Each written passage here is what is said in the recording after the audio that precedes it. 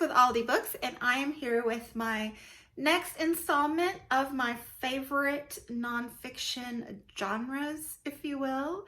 So I was doing Olive from a book Olive, her tag about nonfiction for Nonfiction November, and I had 4 styles of nonfiction that I particularly gravitate toward, and one of them is adventure nonfiction.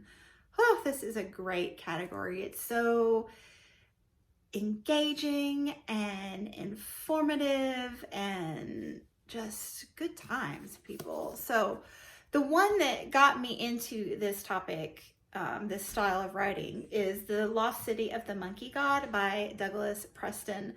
This one is set in Honduras in these dense rainforests, and Honduras is a country I've actually lived in, so I have this really close connection to the topic. And what I love about adventure nonfiction, a lot of it is it just comes at the topic from so many different angles. So this one, you find out about the drug lords, about parasitology, about modern technology that helps them find this place. You find out about the environment and the politics of the region and the quest for this lost civilization and what it might actually be. And I just thought this was a great book. Now, most people, when they see this one, they automatically think of this one, which I think might have been more popular at the time. This is The Lost City of Z, A Tale of Deadly Obsession in the Amazon by David Gran.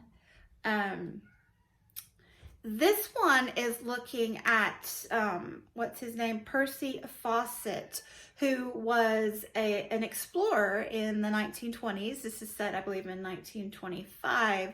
So it's a very similar theme to this one. And the spin that David Gran does with this is not only does he follow Percy Fawcett's preparation and journey, and he himself actually follows the journey as well. So you get a dual timeline of David Gran as he follows this trail physically and what became of Percy Fawcett. So really good book. And then we have An American President. This is The River of Doubt, Theodore Roosevelt's Darkest Journey by Candace Millard. Candace Millard is another great nonfiction writer. All 3 of these are very well known in the field. This one follows Roosevelt and his son Kermit, and a trip they actually took down the Amazon with some other actual explorer types after he lost his 3rd presidential bid. So yeah, really great read. Highly recommend. Then we have Under the Banner of Heaven by Jon Krakauer. No, just kidding. I don't believe this was adventure nonfiction. I'm just using it as a marker for 2 other Krakauer works that I have read that are adventure nonfiction, but I do not own them at the time. So that is Into the Wild and Into Thin Air, which is the Mount Everest excursion, which Krakauer actually went on himself. So another great nonfiction author with Krakauer. And then one that I need to research more, see if she's written anything else, because I loved this book. The Dragon Behind the Glass, A True Story of Power, Obsession, and the World's Most Coveted Fish by Emily Voigt. This was great. Just another one looking into the exotic pet industry and the environmental impact and the politics and the actually hunting in the Amazon, environmental factors. The exotic pet culture in the East. Really cool book. And then some that are kind of maybe a little less exotic than these, but definitely cool exploration into maybe more backyard nature or urban nature, or urban adventures rather. Bequest by Dave Goulson. This is his most recent. This one, he goes all over the world hunting endangered bumblebees. Just, from his own backyard in Britain to Tierra del Fuego down in South America. I just find him highly engaging and charming. And again, I love the bees, I love the bees. So he also has a sting in the tail and a buzz in the meadow. And if you're into that kind of topic, I highly recommend him. This is another one that I picked up.